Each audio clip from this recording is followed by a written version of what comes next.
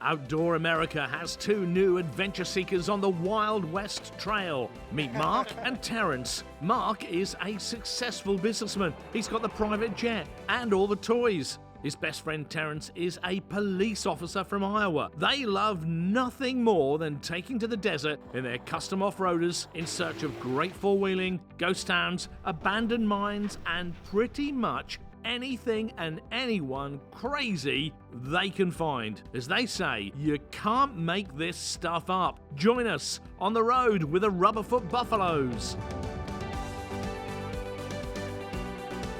This year's adventure sets out from San Diego. The boys and a British film crew are heading for the legendary tough car killing Slot off-road trail, and then a secret passage they've discovered into the legendary Route 66, heading for a camp in the hills 3,000 feet above Joshua Tree.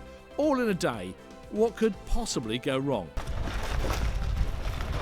The first stop on their crazy desert adventure is the coastal playground of Cardiff by the Sea, a former farming community in San Diego, now home to a delightful biker bar, The Kraken, that Mark calls his fourth home, as he does visit at least once a year. Hell yeah, I'm ready for a cold one, man. Good deal, let's get in here. You're looking good. You losing weight? Pretty light on the compliments back to me, buddy. Am I going to have to hire a personal complimenter on this trip? Yes, yeah, let's do it.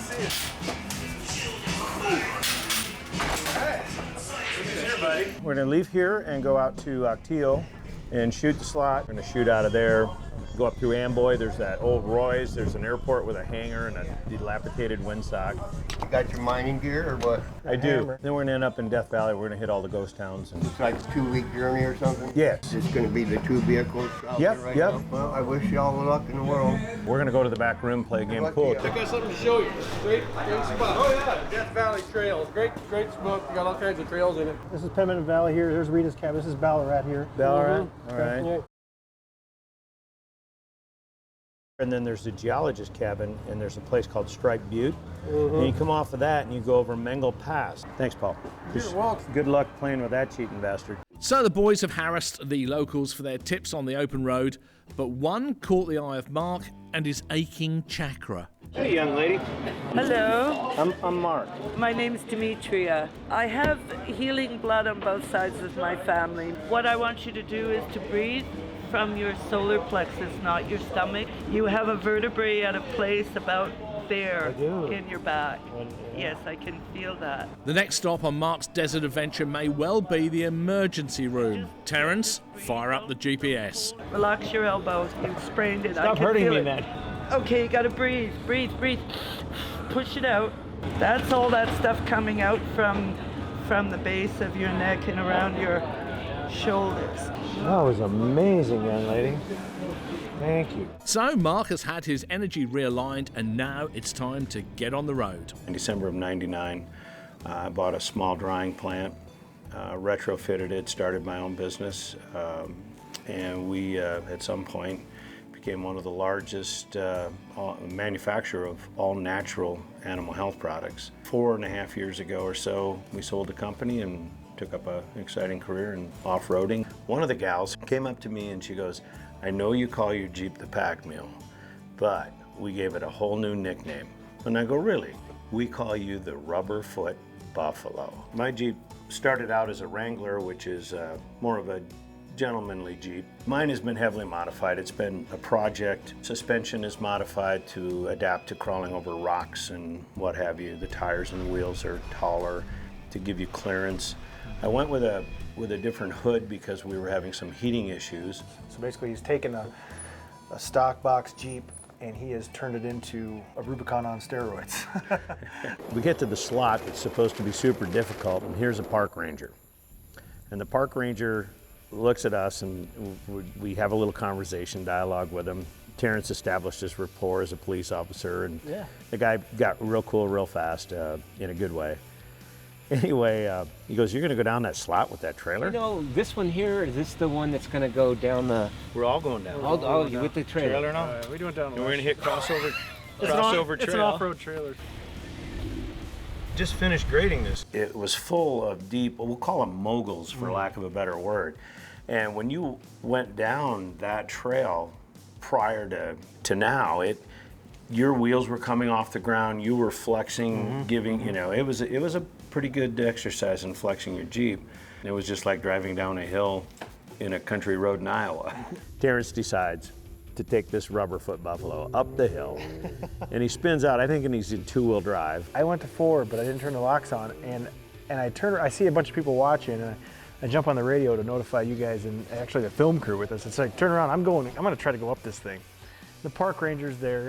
It's not pretty, but I take off and I get it. I mean, I didn't even make it a third of the way up that hill, and I was buried in the sand. So. Terrence is the police officer, but he's ignoring the one-way signs. This can't end well. That's good stuff, good stuff. I'm trying to inch my way out of this thing, back and forth, back and forth. Finally, Mark gets on the radio. You got your differential locks on? I said, no, but I'll go ahead and try that. And I crawled out of my hole I dug. And I thought, you know, there was too many people watching. I'm gonna go ahead. Let's continue on the trail. As going up the hill didn't work out, they continued down and onward through the slot to what Mark is convinced is a secret trail to Route 66. Okay, this is as far as we get to go here. So as Mark rightly observes, they come to the end of the road. All they find are rocks, more rocks, big rocks, small rocks, huge rocks. But undeterred, Terrence sets out on foot to see if there's another way. He also enlists the help of the film crew and their drone to find a way through. It is, however, really great looking scenery, and the guys enjoy beautiful scenery, especially if, like now, they have the chance to drive all over it. Here we go.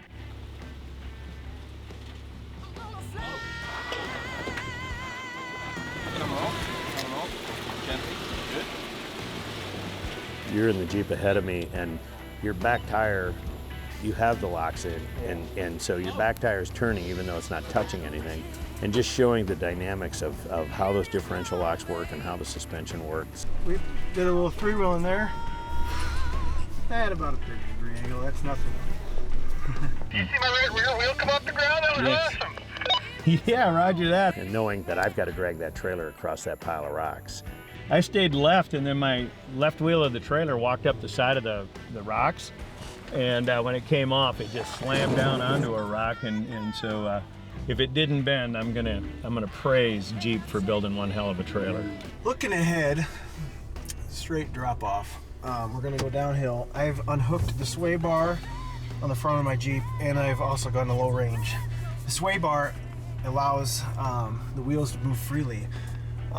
They install sway bars so they connect both the right and the left wheels on the front, so it prevents wheels from doing the bouncing, so for highway use and things like that. But out here four-wheeling, if you get one tire falls into a hole, you don't want the other tire to react to what the tire then hole just did. For an example, right now we're at an extreme angle. I'll open my door. You can kind of see how much of an angle we're sitting at right now. So if you ever get into a situation where you feel the Jeep starting to tip over, you instantly turn into the tip and the Jeep will reset itself. So, for instance, there's a pretty good drop off coming up here. I drop a wheel off and you feel the Jeep start, or the truck, whatever you're in, start going down the hill. Never, ever, ever try to turn out of it.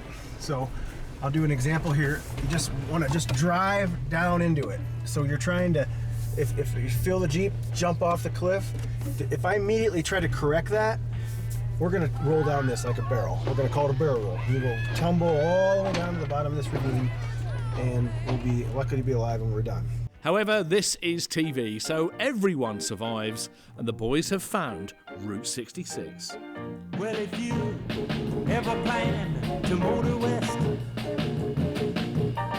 Jack, take my way. So Mark's favourite ghost town heaves into view on the horizon. It's the once flourishing Amboy, situated right next door to the middle of nowhere, featuring a cafe, closed, a hotel, shut down, a post office, open, some rodents, possibly carrying a deadly virus, and one of the most iconic gas stations in America.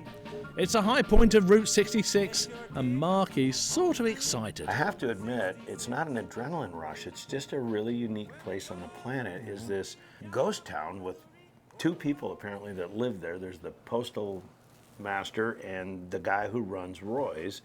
But you roll into this town, first thing you see is this old airport with all these dilapidated buildings, this old tattered windsock. And you go in and it's a not so convenient store. They got some T-shirts and they sell some pop, and they've got, you know, a couple of gas pumps out front. But it's just such a neat old place. Yeah.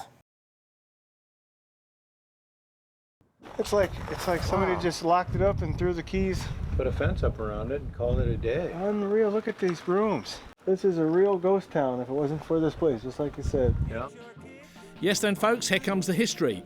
Amboy was a thriving stop on the old Route 66. People ate there, slept there, and even flew into the airport. But then in 1973, the big old I-140 freeway was torn through and its population fell to just 4. I get a kick out of the guy that's the manager there. His name's Manny. Manny. Nicest guy. Manny! Terrence, nice to meet you, man. Good to see you. I appreciate you letting us look around your place here. No problem, man. You actually live here right on site? Yeah, I live in the lobby. Oh, nice. You do. Okay, cool. Back in the 50s, you know, the big Finn era. Finny vehicles. All of them had that. Like the 57 Chevy. Everything had pointy, finny type stuff. Well, you just look at Roy's. You stand back and look. Everything comes to a point. The gas pump awning, the hotel. Everything is very pointy. Yeah, it's like just frozen in time. And so right here is the check-in front desk of Roy's or Amboy Motel. Are you sure we should be going in here, buddy? Door's open. Well, you got me there. I mean, this is cool stuff, man. It's out of tune as heck. Everything is still in working order. It's a little scary. Boy, this is where you checked in. I mean, you pulled out your wallet with cash, and this is where you checked in. I mean, this is it. There's the keys on the wall. What bungalow you want, right? Bungalow you want. Yeah. We went into the one with the mice infestation and whatever virus you talk about a lot. Hantavirus. Yeah, that one. Hantavirus. Yeah, hantavirus. You gotta let that go. I can't let it go because it's a real deal. You don't want to breathe in mouse crap. You're scaring everybody though. Keep going. But imagine coming here, Route 66, back years ago, and when this was the prime place, this was where you would stay. Next thing you know, he's taking us into the penthouse. I mean, here we are sitting in the penthouse of the Amboy Hotel. I mean, this is the penthouse. You came up upstairs, room 2827. Paid a little extra money. You got a better view, and you're kind of away from everybody else. Welcome to the penthouse. Mi casa es su casa. Holy cow. Look at these old fixtures. The old wooden bed frame. This reminds me of those lights they used at the police department back in the old days. Oh, these are in pretty good shape yet still. Old shower. Yeah, don't go through the floor. So this is the penthouse. Terrence, Penthouse bathroom. it doesn't say sanitize for your protection. It's not in use. It's icky. I wouldn't use it. Well, if Mark thinks it's icky in the hotel room, then I'm certainly not going to recommend it on TripAdvisor. Back in the day, it had to have been something to see. And then old cars were still sitting outside. And That old Imperial was pretty cool. Probably hasn't left there since the day they closed.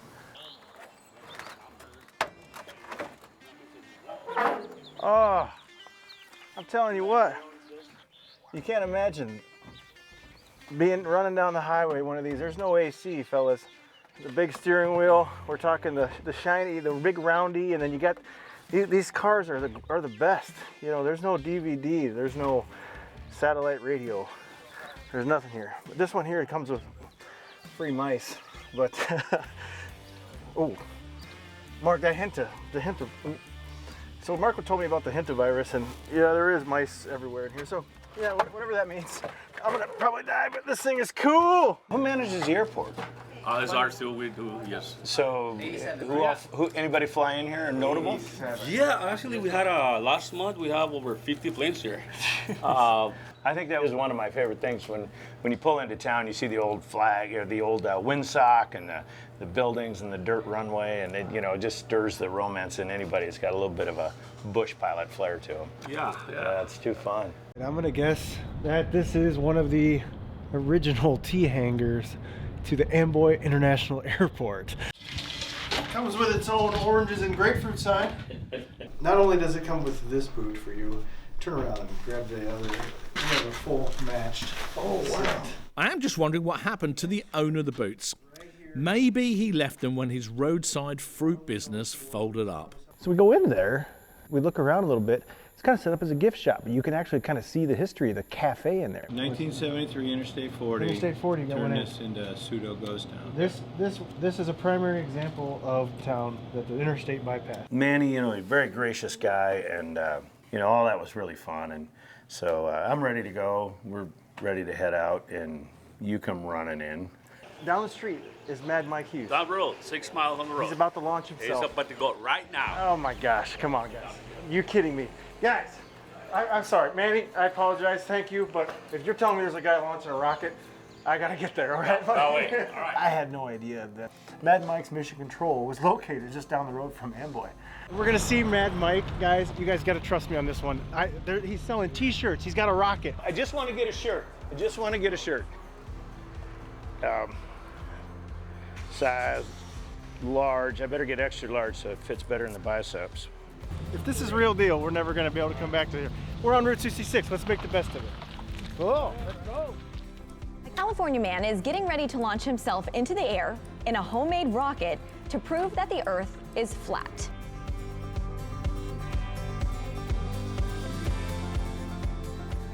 Mike Hughes, also known as Mad Mike, is a folk hero. He's a chauffeur to the stars, apparently, and he's carrying on that kind of Evel Knievel stunt thing.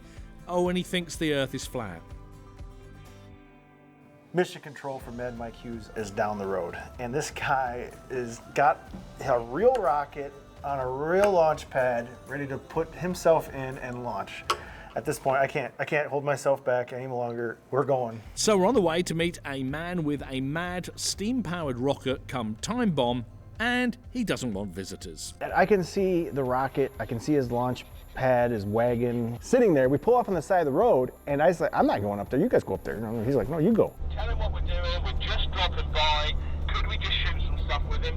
Because we're gonna go see if we can get permission from the guy that's gonna launch himself in. Oh, he'll never let you photograph that. You just leave your cameras in the Jeep. You can go up there. The next thing you know, you're climbing in the rocket. There's his cockpit. He strapped himself in this thing a week ago and tried launching himself, and literally it almost exploded underneath of him. You know, originally that rocket was built to jump a mile, and I was taught about 1,800 feet altitude. That was what I wanted to jump a mile. So I thought, you know what? Let's just go straight up. It's superheated water. Of course, it's heated water. And man, it's you're unleashing the devil. Really? Yeah. What do you think G's are going to be when you come off of that? We figured 4.8. I don't even have a temp gauge on it because basically you don't really care about the temperatures. Luckily, it seems there is one guy with a rocket man who knows his stuff. I mean, this actually is rocket science. He said, I'm building a rocket, I want to jump over to Snake River Canyon. And I was like, oh, good luck with that. You know, you know how that works out for you. I got no time for this. So then he says, do you want to see it? And I said, you built something? He goes, yeah, I'm building the rocket. Well, he asked me kind of what did I think about his current design. It's horrible, it'll kill you. And the one thing that gave him credibility once we met him was his engineer. He was so cool. I mean, that guy talked like he knew what he was talking about. Then it took and diffused all of that flat earth stuff, which I don't think he's really a flat earther. I think that's all got blown out of proportion because he made a comment about it once. The world is motionless, okay? Okay. And I believe that nothing they tell us about this world, the wars, the government is real. Okay, I think everything's a lie. Yep, I'm not even sure if I'm real, but you've got to say, the guy has got guts. He tried launching himself like... Something went wrong with the unit. Nearly cooked himself alive. And he was slowly cooking in there because that tank is 400 degrees. So after about 15 minutes, I thought, this guy's going to die. So we have to get him out of there. The problem is the rocket had already launched, as far as it's concerned. And this thing will leave that ramp in half a second. It'll accelerate, so you won't even believe it, how fast it'll accelerate. It'll be plastered to the back with about somewhere around maybe 7 or 8 Gs. And literally he'll red out. And then as the rocket comes off of power, he'll climb for another maybe 1,000, 1,400 feet, and then it'll roll over. That's when he should come to. So you're basically just shooting up, and that's going to get you as high as it will go. We don't really. Yeah, I would think it's going to be just shy. I'm thinking 3/8 of a mile. You know, I don't see it going over 2,500 feet out. So as soon as you get to where you reach Apogee. Apogee. Yeah. You're gonna pull the chutes. Yes. And you're yeah, gonna just one at a time. And when you pull the chutes, I've seen they're hooked on these big red bolts here. So our hero Mike is going to fire himself skyward on a great big exploding water heater, pass out, then come round again and manage his landing. It's all kind of safe, providing Terrence doesn't fool around with the explosive parachute tube. Yeah, I wouldn't pull too hard. Okay. That's a loaded gun. That's a loaded gun. The next thing you know, we're being embraced by these guys. He even signs my T-shirt Right. and dates it. Well, we're supposed to do some of the scares this every day. Wow. Supposedly, but people get wrapped up in all the security and life insurance and these steady jobs and whatever, and in the end, no such thing. Wow. No such thing. Wow. Mad Mike Hughes, guys. Yeah, thank you. Right here. Yeah. Thank you. Well, he scared me, and I'm safe in the voiceover studio miles away. I'm not sure any of the team can believe what they've seen. I think he's going to pull this off. It'll take a lot to top this. Sure enough, Mike did get the steam spaceship warmed up, and when he pulled the cork, this is what happened.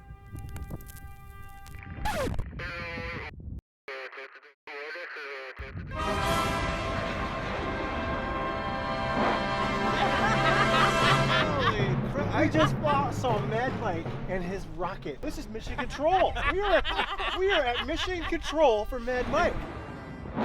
Mark and Terrence are both pilots, and they'll tell you the same thing.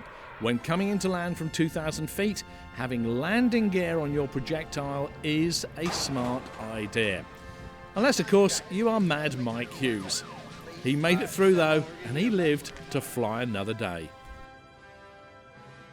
Mark and Terrence's meeting with Mike would be their last, as tragically in his next rocket test, Mike passed away, leaving only memories of a man who reached for the stars.